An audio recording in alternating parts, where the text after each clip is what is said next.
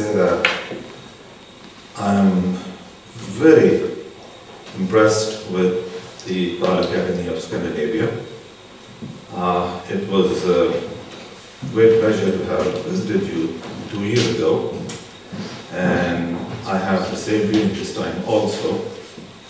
Of course, Mr. Sabir, who has spent years and years studying Iqbal,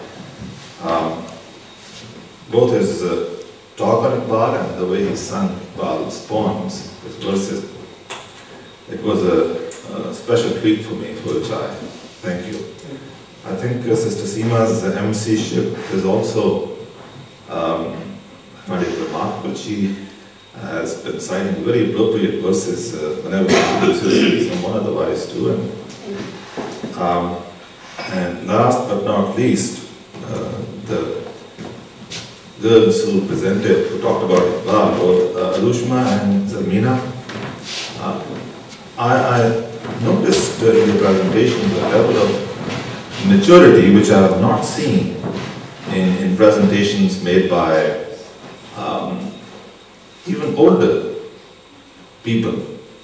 So I think your program, the course that you conduct, Iqbal Study Circle, must have been very, very effective. I would only say that now that you've reached this level in Iqbal studies, you should aim higher. Iqbal teaches us always to aim higher and higher still. One reason why Iqbal, who writes in one of his poems when he imagines that he is in paradise, he says he's not happy in paradise because paradise represents perfection and there's nothing beyond perfection. So Iqbal then would not like to be in paradise because that means the end of the road. He does not like that. Iqbal says repeatedly that he regards every destination as a milestone. That is to say, next milestone, and next, and next. Never stop. If it's at all possible for you people, some of you if not all, to learn the languages in which Iqbal wrote his works, English of course, most of you know already quite well, but Urdu and studying Iqbal's Urdu requires some special training. And Persian also. This is not something beyond reach. Many of us learn Western languages. It's a requirement in many of the schools and colleges. And we invest our time, spend time to acquire those languages. I think it will be worth your while to spend some time learning Persian and Urdu. These are beautiful languages, and the amount of literature that's available in these languages is limitless. In fact, after Arabic, Urdu today is the most important Islamic language. Tafsir literature, other Islamic literature, and then Iqbal above all. And learning these two languages, Urdu and Arabic, will reach, will yield very, very rich dividends. If you don't mind, I'd like to address one question which one of the speakers raised. I think this was Zarmeena, was it? She asked the question, why is it that we only hear about Iqbal? We are told about Iqbal, and we don't hear about other thinkers and philosophers. I think she raised this question. Yes, Zarmeena. Yeah, okay. Well, a couple of things here.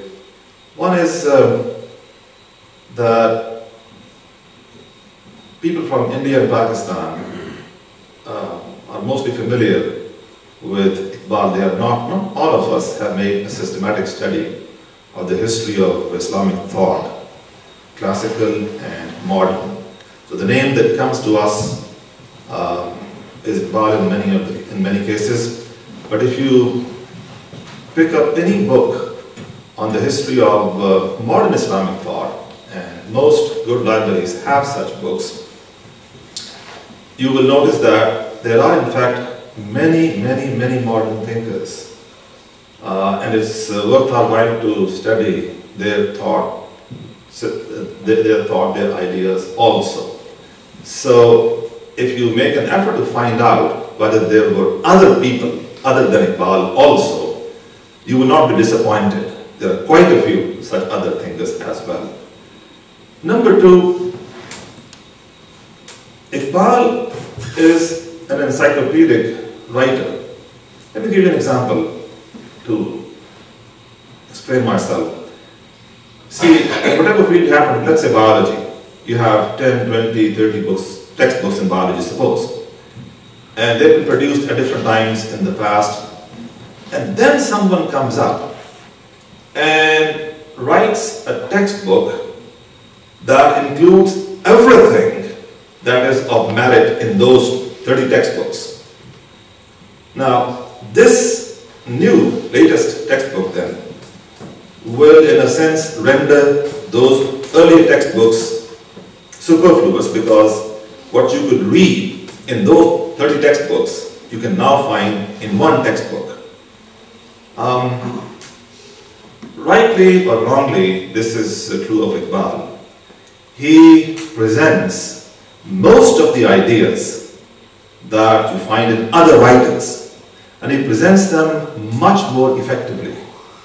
The poet laureate of Iran, Malik Ash-Shu'ara Bahar, he said that Iqbal is the custodian of our tradition that is 1,000 years old, religious, philosophical, and literary.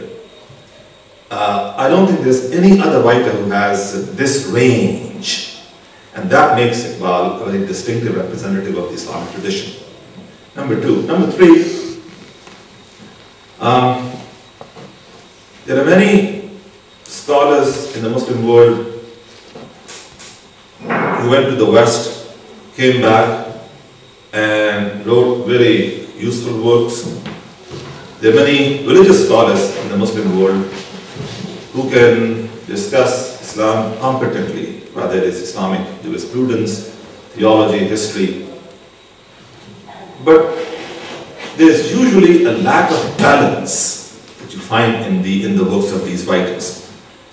People who have studied in the West, when they come back, in many cases, they were so greatly impressed by the West that they lost sight of their own tradition. And so they become representatives of Western thought in the Muslim world. And they don't acquaint you with, they don't talk about your indigenous tradition or your Islamic tradition.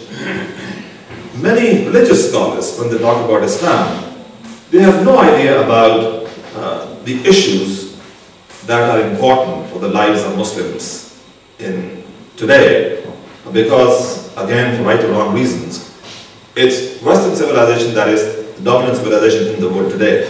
And unless you have studied that, you will not be able to tell people, well, these are the issues and these are the solutions. And Iqbal is in a unique position because he studied the West up close and personal, very, very intimately. And his study of the West, I think, has no precedent in the Muslim world. He reached the heights of learning and knowledge. England, Germany, personal study. And he studied the West critically. He understood everything. When I talk to my colleagues in Youngstown, my philosopher professors, and I tell them, this is what Iqbal has written about this philosopher. He said, really? This is the most fantastic summary of Iqbal, of that Western philosopher's thought that I have ever come across. My colleagues who have no knowledge of Iqbal. This is really Iqbal's comments on Nietzsche, both in his prose and in his poetry. I don't think even Western scholars have summed up the essence of Nietzsche better than Iqbal has. In fact, some German writers have written that Iqbal was the one who understood Nietzsche better than any Western writer so far. So Iqbal occupies a position which is not occupied by any other writer. In my view, he's the most competent representative of the Islamic tradition, both classical and modern. And he has a fiercely independent mind. One thing he will never compromise on is this independence of mind. He's never overly impressed. He has a very fair mind also. He appreciates good, useful things wherever he sees them, acquires them from. But he does not have a servile mentality, a slavish mind. And that is something that we need to recognize and emulate. I think I should come to my topic. It is well known that Iqbal was deeply attached to the Quran. We know, for example, that he used to recite the Quran with such devotion and passion that tears often flowed from his eyes, sometimes drenching his copy of the Quran, which had to be put out in the sun to dry off. Or that his father once advised him to read the Quran with the conviction that it had been revealed by God to Iqbal direct. Advice which led Iqbal to cultivate a very personal relationship with God, which relationship in turn gave Iqbal unique insights into the Quran. By using the word unique to qualify Iqbal's insights into the Quran, I've already committed myself to providing evidence for a certain claim. Before I proceed to discuss the subject of the Quran and Iqbal's poetry, I'd like to make a brief digression. There's a common perception that there are few meeting points between Iqbal's poetry and Iqbal's prose, and that Iqbal's thought, as expressed in his poetry, is at variance with, or points in a different direction than, or is not backed up by his thought as expressed in his prose. This perception is, in my view, totally mistaken.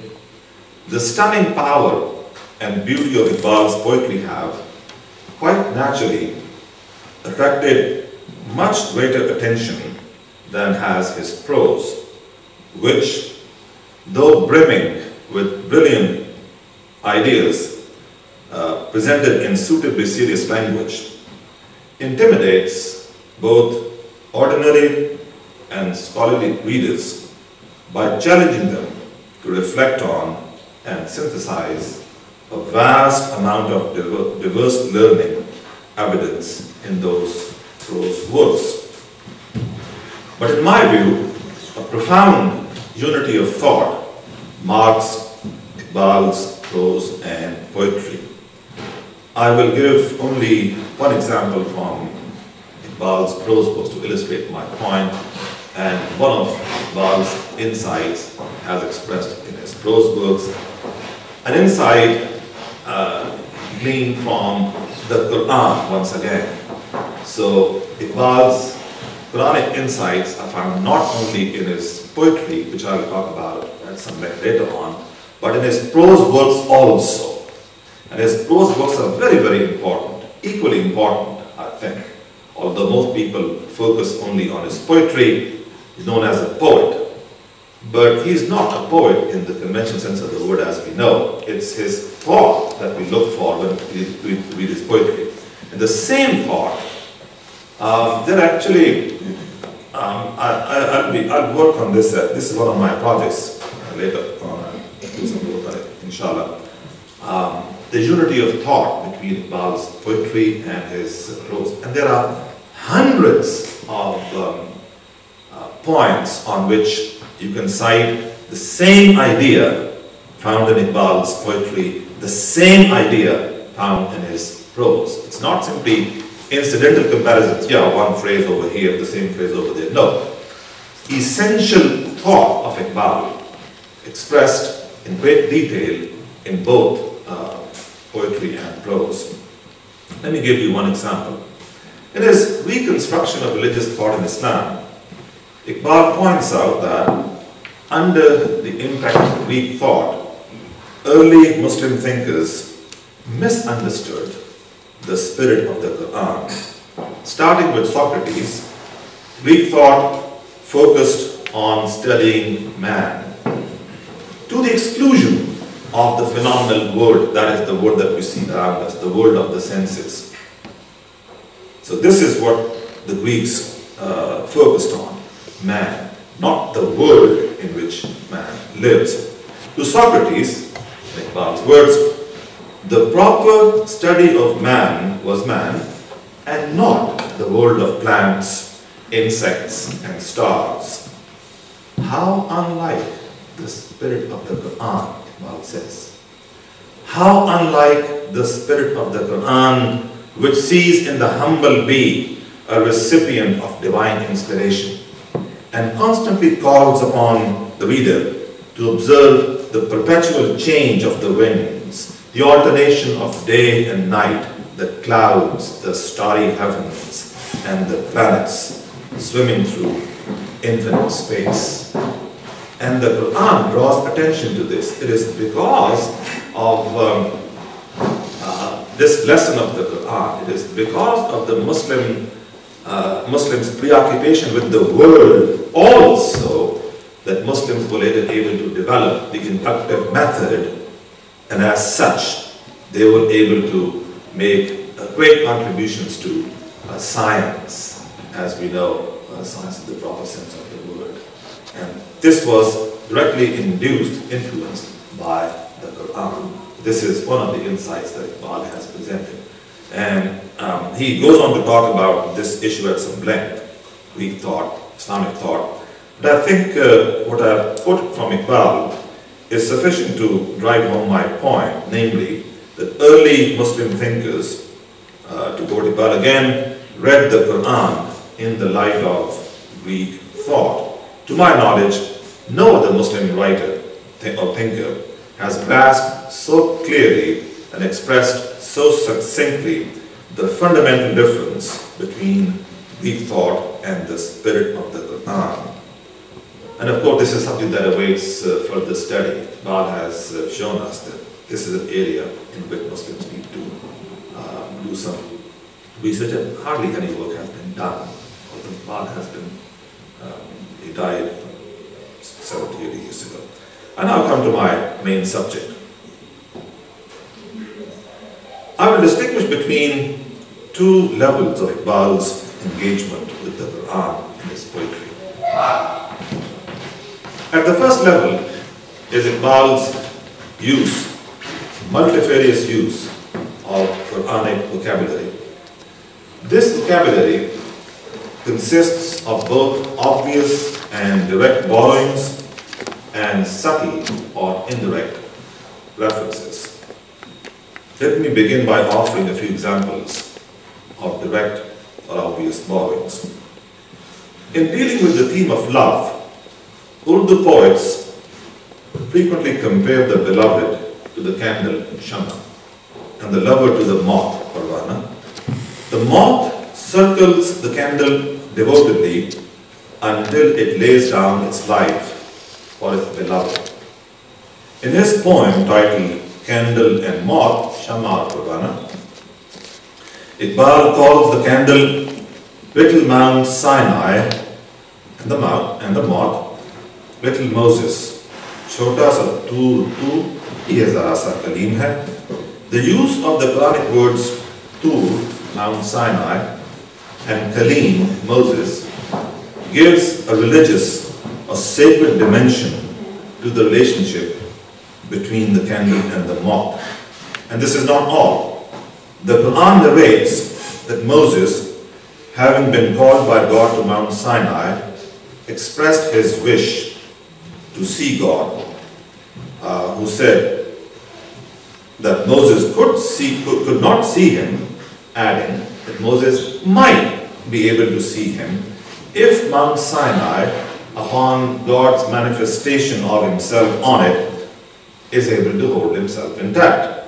The mountain, when God manifests himself on it, is crushed to powder, and Moses, who stands there watching, receives such a shock that he falls down unconscious.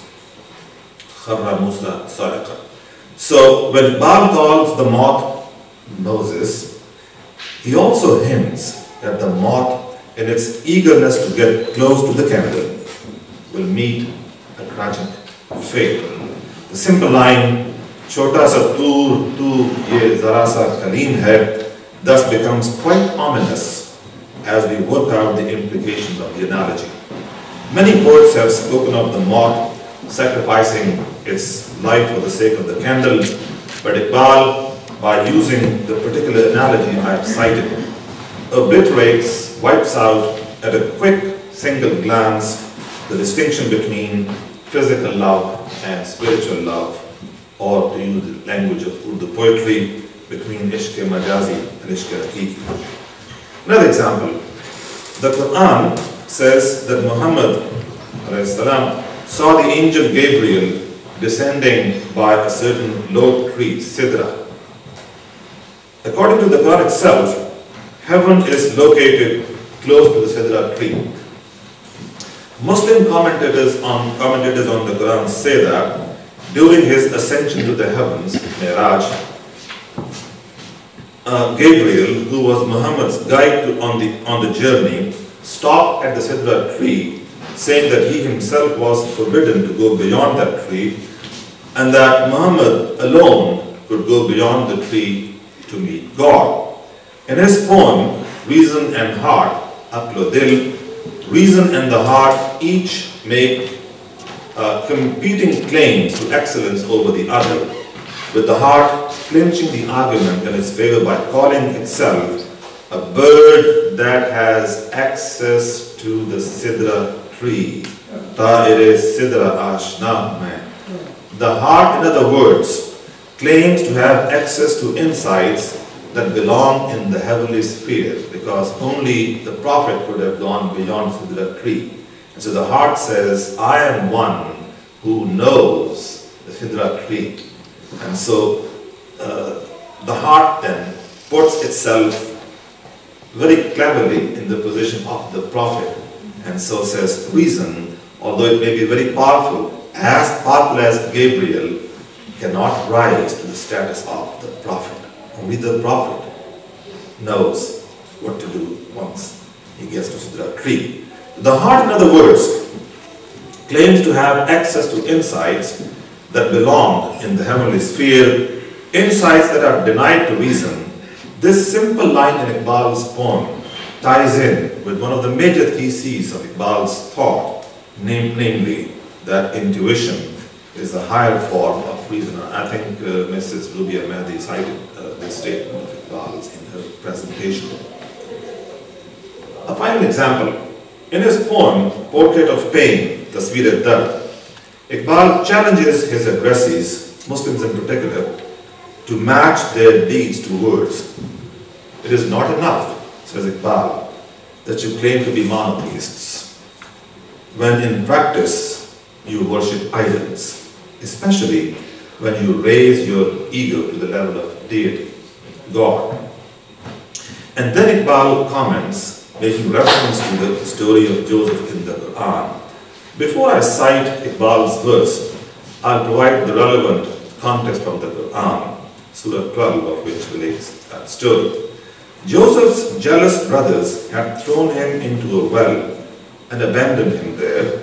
Members of a passing caravan happened by accident to bring Joseph out by catching him in the bucket they had dropped into the well to draw water from it. On seeing Joseph, they are pleased because they can sell him as a slave for a price.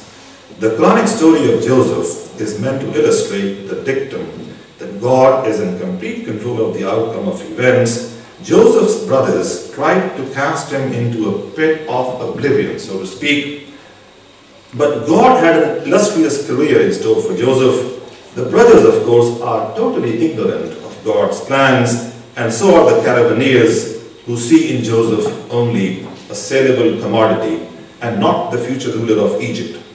The caravaneers have, for sure, seen Joseph. They have seen Joseph, but they have not seen Joseph in his full potential glory.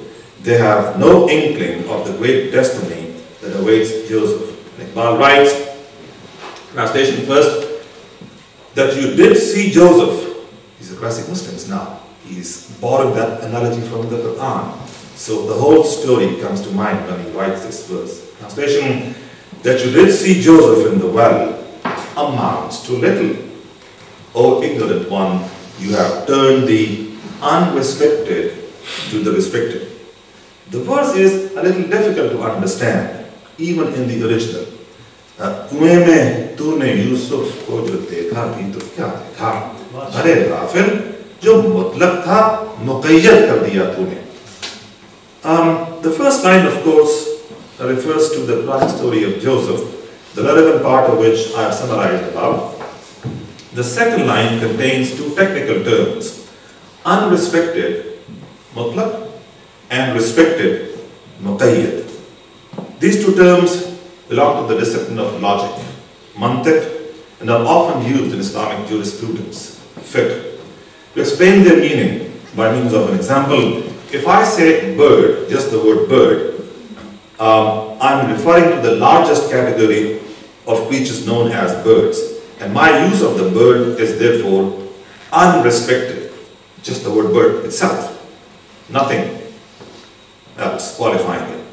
So this use of the word bird would be unrestricted and mutlaq. Okay? So the word mutlaq means that which has been set free. Incidentally, the word talaq also has that meaning because talaq means setting free. Literally, this is what the word talaq means, to set somebody free, remove the chains and let somebody go. So the use of the word bird by itself would be unrestricted or mutlaq. But if I say white bird, I am referring to only one segment of that category. To white birds only. And now my use of the word bird, having become restricted, will be called muqayyad. You follow that? So bird by itself is unrestricted. It's mutlaq. White bird is restricted. This is muqayyad. This is how jurisprudence define these words. Because you have now qualified the word bird with the word white. Could be black, could be anything. Little bird, big bird, doesn't matter. As long as you say only this type of bird, you made it muqayyad. Muqayyad comes from the same word root from which we have the word qayd. That is, say, imprison, restrict, limit. That's the meaning of qayd. So the white bird would be muqayyad and bird by itself would be mutlaq. Keep this in mind. In seeing Joseph in the well, therefore, you do not see Joseph in his unrestricted capacity, mutlaq capacity. You see only one limited aspect of the personality and the future career of Joseph. So you saw Joseph in the well, but you saw Joseph only under a limited aspect, muqayyad. And incidentally, Joseph was in qayd, in prison, while he was in the well. He could, because prison represents restriction. If you are in prison, you cannot move around freely. So the use of the word muqayyad, on the one hand, implies that you did not see Joseph in all his glory. It also makes reference to a future event in the life of Joseph, because Joseph, when he is salvaged from the well, will be sold into slavery in Egypt, and there he again will be imprisoned. He will again become muqayyad. So the word muqayyad which describes Joseph's state at this time, also prefigures an event that will happen a little later. So, taking Joseph out of the well, making him mutlaq, will happen once again. Again he will become muqayyad, again he will be taken out of the prison. You can see with the use of just these two words, Iqbal has not only very aptly summarized a large part of the story of Joseph in the Quran, he has also used it as a metaphor to tell Muslims that you have not seen the complete or total reality of Islam. You have had access to only part of the reality of Islam. You have seen Joseph, but only Joseph in a muqayyad capacity, not Islam in its mutlaq capacity.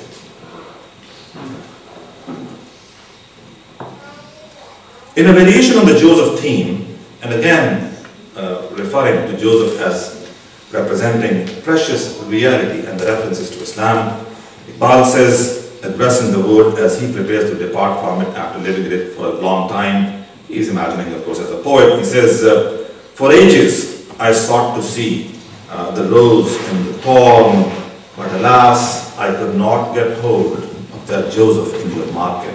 Original मुद्दतों ढूंढा किया नज़ारा है कुल खार में आ वो यूसुफ नहा थाया तेरे बाजार में.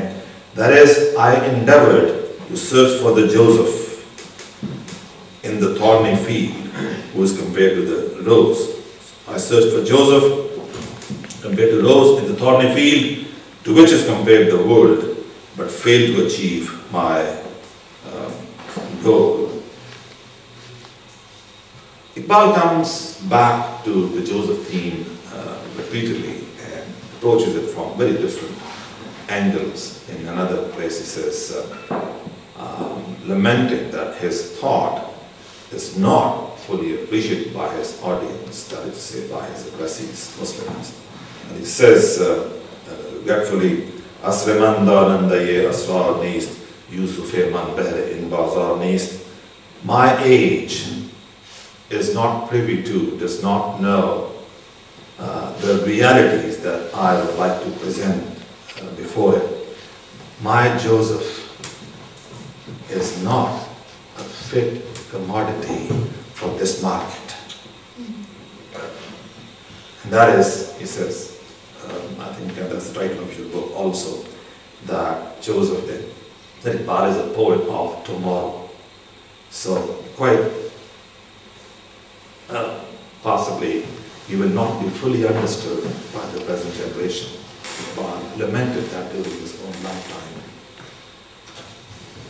I'll now give a few examples of Iqbal's subtle, see, these were examples of direct borrowings from Iqbal. You see the references in the verses of Iqbal.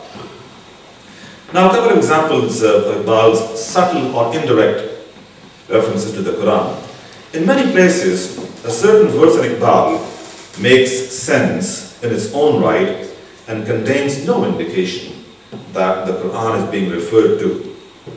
On deeper consideration, however, one finds that Iqbal does have a particular Quranic verse in mind and has either paraphrased or expressed it in his own words, the essential idea of that Quranic verse. For example, he says in one of his verses, Ma b'ne'mat hai u'likhwa shudem yak zabano yak dilo yak chan shudem. On account of God's blessings, we Muslims became brothers. We came to have one tongue, one heart, one soul.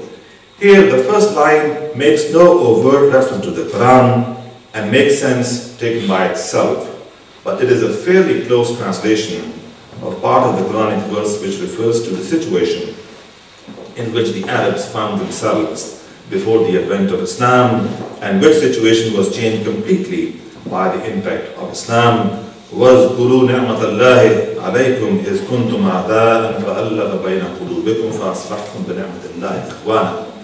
And remember, translation of the Quranic verse, and remember the blessing of God when you were enemies of one another, and He brought your hearts into accord, and you became brothers on account of His blessing. This is the Quranic verse. And what Paul said earlier in his own words, without making any word reference to the Quran, is, as you can see, a very, very faithful translation of part of that part. Note that Iqbal speaks of the earliest part of Muslim history as if it were the history of present-day Muslims. He does not say, oh, those Arabs became brothers. He says, we today, the Muslims of today, we became brothers on account of God's blessings. We the Muslims lived in India, Iran, Turkey, Egypt, Pakistan, Arabia, Malaysia. We the Muslims of today. Ma b'ni'mat ha'yahuz. And he's saying, therefore, that just as God in that verse requires those Arabs to be grateful for that blessing, so we, the Muslims of today, must likewise offer gratitude to God for that blessing. So this is a blessing that Muslims have been receiving continuously throughout history. And so we must give gratitude for that. Another example. So today you can say that we should be grateful for the blessing of Islam, which has turned many different, even disparate nations into a single worldwide community called Ummah. Another example. Darwesh Khuda mast na sharqi hai na gharbi, ghar mera na dilli na safa na Samarkand. The God intoxicated Darwesh, one who is in love with God, is neither of the east nor of the west. My home, and Baal calls himself a Darwesh, my home is not Delhi in India, or Isfahan in Iran, or Samarkand in Uzbekistan. This verse states a frequently occurring theme in Iqbal's poetry, namely that geography does not limit the Muslim. Socrates said, I am not an Athenian or a Greek, but a citizen of the world, cosmopolitan. That's what Socrates called himself. In a sense, the Muslim is also a world citizen. He belongs to the whole world, and the whole world belongs to him. But note the words Sharqi, Eastern, and Gharbi, Western, in this verse of Iqbal's. In using these words, Iqbal is alluding to one of the most beautiful verses of the Quran, the light verse, Ayat An-Nur, Quran chapter 24, verse 35.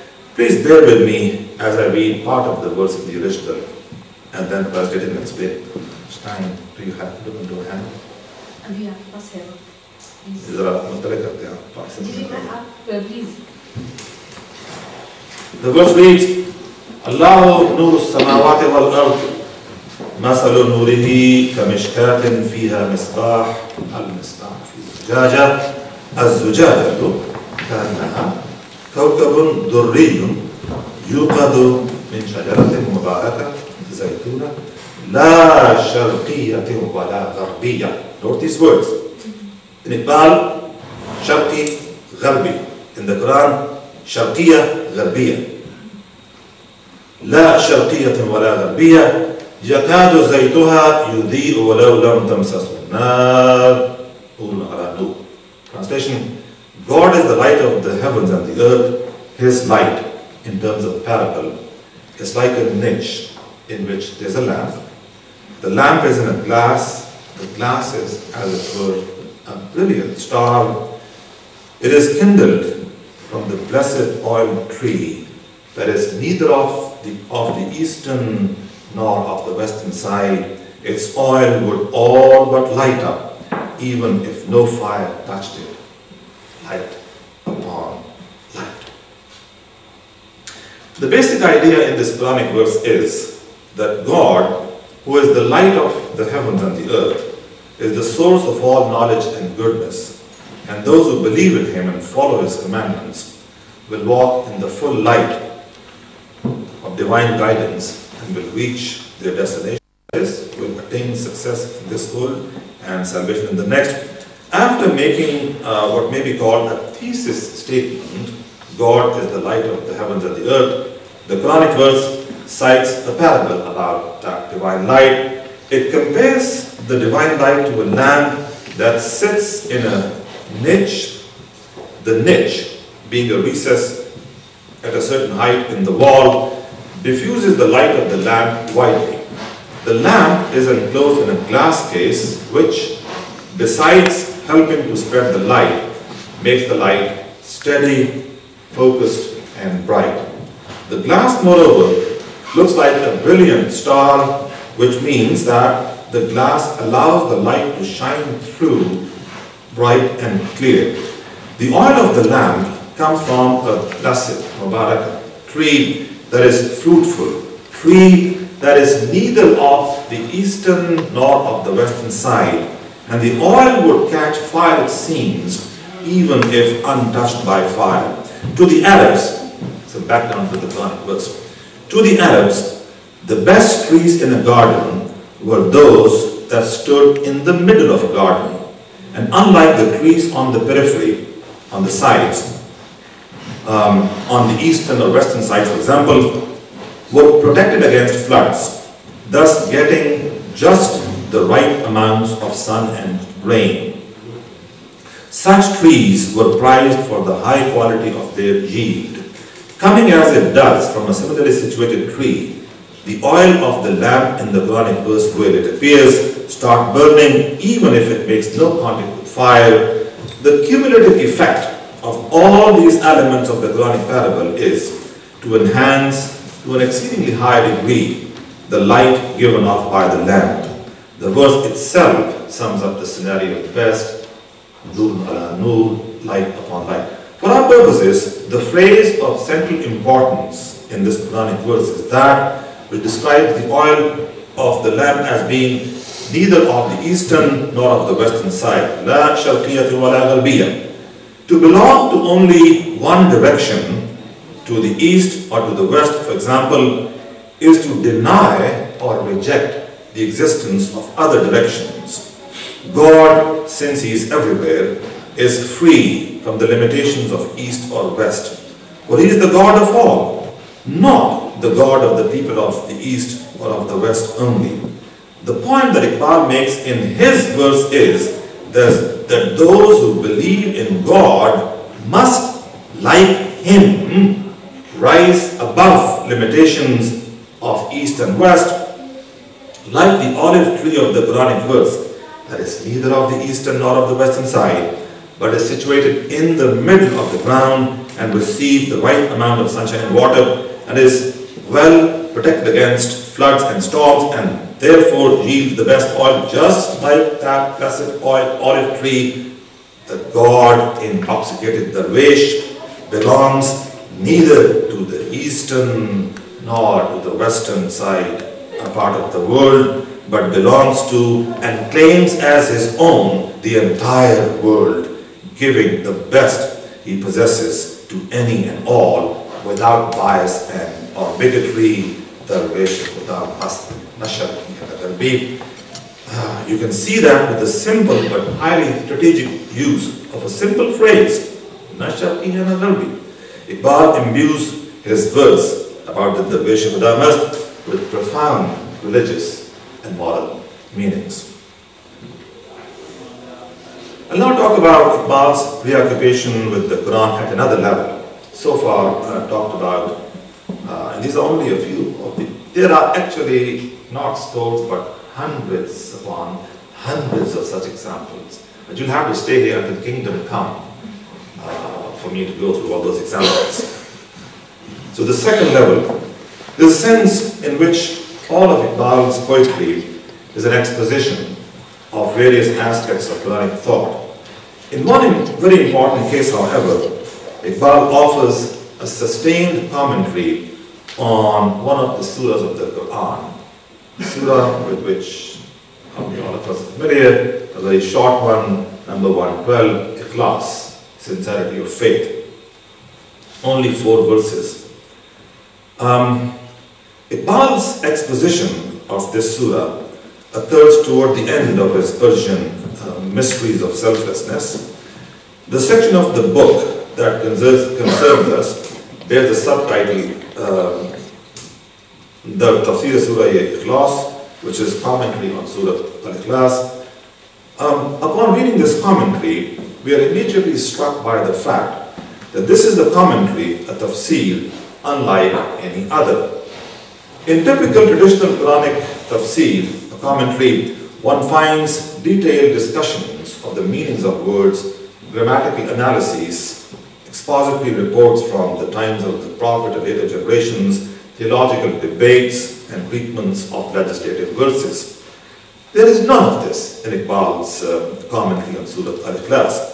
And yet, Iqbal calls his exposition by the technical name, tafsir. We know that Iqbal never claimed to be a writer of tafsir, mufassir. If then he calls his commentary on Surah Al-Ikhlas tafsir, then it follows that he wants this piece of his work to be taken very seriously. One might even say that by presenting this tafsir, Iqbal is implicitly saying that the Quran has much more to offer than our traditional Quranic commentaries present. That these Quranic commentaries miss out on a very important part of the Quranic message, and that he, Iqbal, is going to offer, by way of example, the type of message that he believes the Quran contains, that has so far not been highlighted, but needs to be, and it's certainly worthy of reflection. And a very unique tafsir this exposition is, this Iqbal's commentary is. It begins with Iqbal's narration of a dream in which he saw Abu Bakr, one of the most trusted companions of Muhammad alayhi salam. Iqbal requests Abu Bakr to suggest a way out of the miserable condition in which Muslims find themselves. And Abu Bakr responds by advising Iqbal to find the solution in Surah Ikhlas, which presents the message of monotheism in its clearest and most forceful form. After this begins the commentary proper on this surah. Before we review the commentary, it may be helpful to present the translation of the short surah itself. Say, He, God, is one. Qul huwallahu ahad. God is the refuge. Allahu samad. He has not begotten, nor is He begotten. Lam yalid wa lam yulad. And there is none who is his peer. Wa lam yakul lahu kufuwan ahad. Iqbal offers his commentary on these verses one by one. Verse 1. The first verse say, He, God, is one. Qul huwallahu ahad. It is not enough for Muslims to say that God is one and has no partners. Muslims need to realize the message of the oneness of God, Tawheed, in themselves. Their own life too should be marked by Tawheed.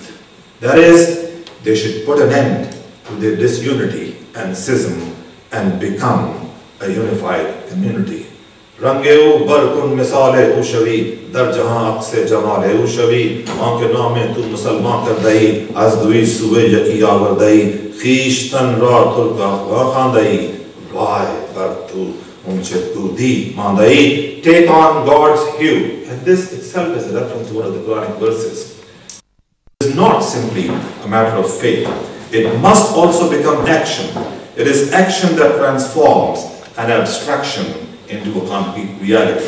And by action, Iqbal means action that produces unity among Muslims. God is one, and the Muslims too should be one.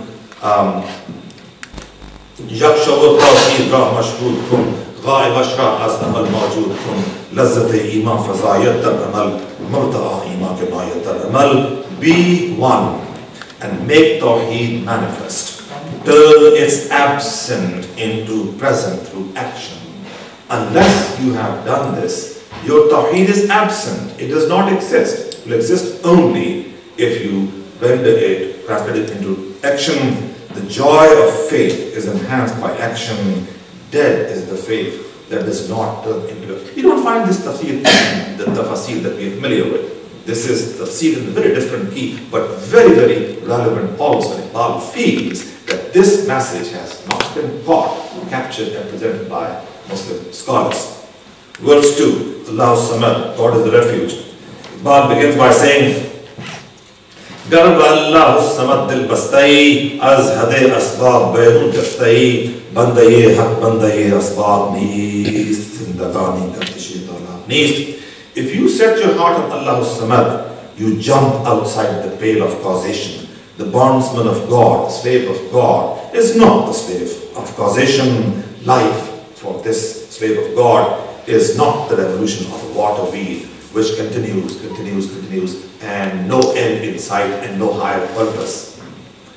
According now in these he says you have to accept the system of causation that exists in the world. And it was by understanding this system and following and exploiting these systems that Muslims were able to make great advancements in the field of science, because it's causation that matters in that field. And yet, see, the distinction of Muslim is that he or she believes in causation, but also believes, in addition to that, that there's a maker who made this system, and that this system did not emerge from somewhere. There's a maker of that system in whose hand this system is, and he is higher than this. So don't think that you are a prisoner of this. This is God's point. Do make use of, exploit this causation system. Do not become a slave of it. Do not become a prisoner of it. You can even rise higher than that, because you are a slave of God, and the slave of God is the master of the universe, and therefore you are higher than this. He says, stop complaining of the vicissitudes of fate. Do not beg others for help. Live a simple life with few wants, and learn to rely on yourself, placing your unflinching trust in God alone. Allah Subhanahu. God is the refuge means God is the only refuge. That's the meaning God wants to stress. So rely on yourself and then leave everything in the hands of God, because God is the refuge in the sense that God is the only refuge. That is the point. The third section, Lam Yalid wa Lam Yulad, he did not beget and he is not begotten, critiques lineage as the defining attribute of a Muslim. Iqbal says that the Muslim nation is above color and blood. That a Muslim should be like the Prophet's companion Salman, who in response to a question identified himself as Salman, son of Islam. He did not say, oh, I am Salman and this is my tribe and this tribe goes a long way back in the past. No, I am Salman and I am the son of Salman. So by using these words, Salman liberated himself from those narrow ethnic identities. And that Muslims belong to the nation of Abraham, who repudiated all blood relationship and geographical bond. He left his own country, abandoned his father, his family, and came all the way to this part of the world, making total unqualified submission to God. Iqbal writes, Neest azlumo arab paywandema, neest pabande nasab paywandema, dilba mahbube hijazi bastaim, zinjahat bange bayak digar paywastaim. Our bond is not Turkey or Arabia. Our bond is not constrained by lineage. We have set our hearts on the beloved of the Hijaz, Prophet Muhammad ﷺ. That is the focal point of our existence. And on that account, we are closely linked to one another. The beloved of the Hijaz, Muhammad ﷺ, the focal point of Muslim unity. Iqbal concludes the section with these words. He says, Har ke dar band ikli mojadas, bi khabar az lam yalid lam yuladas. The way he weaves that phrase into the verse. Anyone who is kept in fetters, in chains, in shackles by land or ancestry lacks all idea of lam yalid wa lam yulad. In the fourth section, walam yakul lahu kufuwan ahad, Baal says that like God, Muslims too should be peerless. Ishtaye ba lam yakun kufuwan ahad. Lam yakun. Ishtaye ba lam yakun ba yattawi. Tad dal aqwam biham tashawi. Anke zatash wahidas pada sharik. Bandash hamdar nasaz al-basharik. Strengthen your bond with lam yakun, as in the Quranic verse. Lam yakun. That you may become matchless among the nations. Just as God has no equals, no partners, no peers, you also should have no equals, no partners, no peers among the nations of the world. You also should be matchless, just like God. He whose being is one and who has no peers, his bondsman, that is to say God. God has no partners, and the slave of God should have no equals either. He should rise above all nations.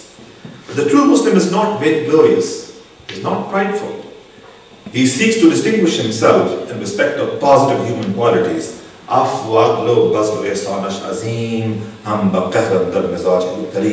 This is true, the true Muslim. Great are his forgiveness, justice, generosity, and favor. Even in his use of force, he is benevolent. He never uses wanton force, always a limit to that. Thus, Muslims should cultivate qualities that will set them apart and above the rest of the world. Instead of blaming fate for their abject position in the world, they should transform their lives by returning to something they abandoned a long time ago, namely the Quran, which is the true source of their strength and which can lift them back up from the dusty earth to celestial heights. He says, Ay shabnam par zameen uftandahi, and dal bagal dari kitab zindahi, and taku jawda kharkiri, kharkiri, watan rakh bar taro salaygal tumfigan. You who are lying on the ground like dew, under your arm you have a living book, Quran. How long will you make your home in the dust? Pick up your stuff and toss it up to the heavens, saying to the heavens, here I come too. So you belong in the heavens, not on this earth. Conclusion, what shall we make of Iqbal's tafsir of the surah?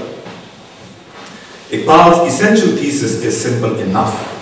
Only by translating the tenet of Tawheed into a concrete social reality can the Muslims become truly independent and earn the status of a dignified and successful community in the world.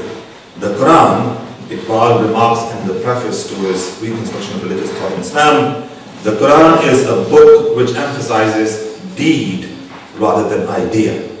It should be remembered, though, that nowhere does Iqbal accord absolute preference to deed over idea. His chief concern in both his prose and his poetical works, no, I said in both his prose and poetical works, is to relate idea to deed. Neither of the two should be independent of each other. Both idea and deed are needed. So he's concerned with relating the two to each other to emphasize that thought has value only insofar as it leads to action.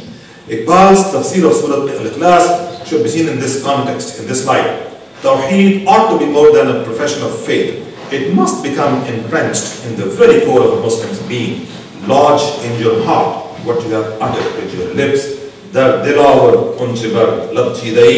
Unless Tawheed becomes an operative principle in the real life of Muslims, orienting their conduct in all spheres of activity, unless it raises them above their petty and pernicious ethnic and sectarian divisions, and unless it serves them as a source of inspiration for creating a society on the deliberative principles of universalism, egalitarianism, self-reliance, and creativity, its potential will not have been actualized, and the Muslims will not have fulfilled their mission as a religious community, as a Muslim community.